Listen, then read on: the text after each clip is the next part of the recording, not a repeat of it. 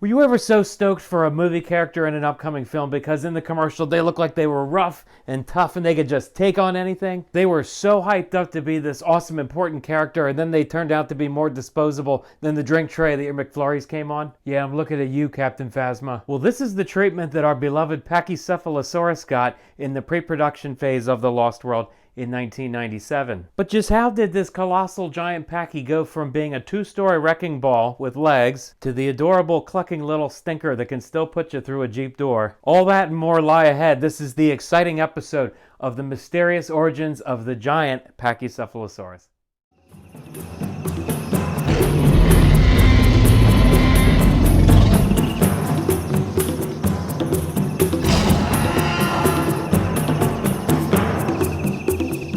Hey everybody, I'm your host Tim. Welcome back to another exciting episode of Jurassic Park Epic Collections. Today we're taking a look at a virtually untalked about piece of Jurassic Park history through both paleontology and merchandising for the hit sequel, The Lost World. If you were a kid in the 90s, you definitely remember the super colossal heavyweight herbivore of Site B. Toys, posters, stickers, coloring books, trading cards.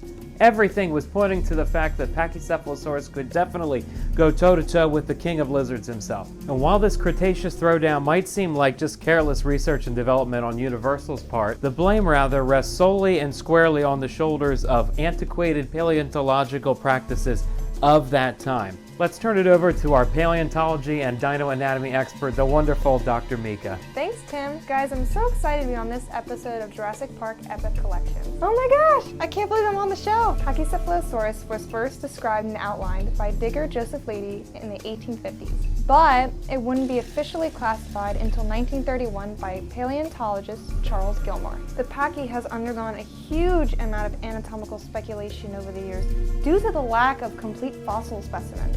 Most of the evidence we have for Pachycephalosaurus actually only comes from the remains of skull fragments. Originally thought to be a dinosaur's kneecap, until recently many experts believe that Pachys would combat one another and predators with their thick bony skull. The thick bony dome of the Pachy skull gave rise to the prevailing headbutting theory in the 1950s, like the modern bighorn rams of North America proposed by digger Edwin Colbert. In actuality though, anatomical scans of the Pachy skull reveal that kinetic energy delivered to the brain by cranial combat matchups would likely result in a concussion and or fatal brain damage. Oof!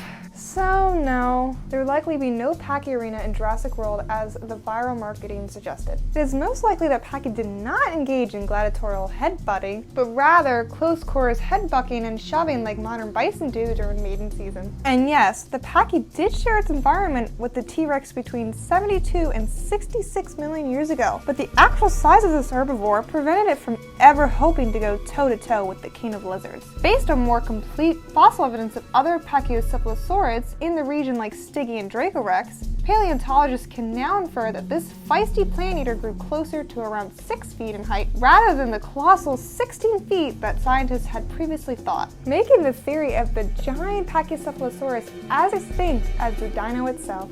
Thank you, Dr. Mika. Isn't she wonderful? Okay, so we can clearly see how assumptions in paleontology during the 90s would have definitely had an impact on the pre-production phase for The Lost World. And you know what they say about assumptions. And if you don't, well, I can't help you because kids watch this show too. Anyway, when Pachy was revealed to be making an appearance in the grand sequel, merchandisers wasted no time hypothesizing a throwdown of Jurassic proportions, printing up and casting Pachys double or even triple the size of the ones in real life. And understandably so. I mean, it's a cool story route to entertain. But when it became evident that this kaiju-sized Pachy wouldn't exactly be appearing on set, we see a bit of a walkback with the animals being referred to as Pachycephalosaurus and Giant Pachy, respectively, in such examples like the Kenner toys and the Warpath game. No sense in being thick-skulled with a director like Spielberg, huh? Am I right? Hey! Giant Pachy fans will tell you that the mega headbutter seems to go completely extinct by the time Jurassic Park 3 hits the screens in 2001. And judging by the headache that Pachys were giving paleontologists in the 2000s, it's easy to see why merchandisers weren't exactly eager to produce more giant Pachys and maybe look like a bunch of boneheads. Oh, come on, you knew these puns were coming when you started this episode. Electronic Arts' 1999 PlayStation game Warpath Jurassic Park is the last time we see a manifestation of the giant Pachy, giving fans the opportunity for Pachy and T-Rex to finally have that late Cretaceous throwdown they have been looking for all along. I've been your host, Tim. Thanks for watching, and if you enjoyed this episode, don't forget to hit that like and subscribe button and follow us. We have a ton more Jurassic Park Epic Collections episode coming up. Very exciting stuff, so you're not going to want to miss it. Stay tuned, and thanks for watching.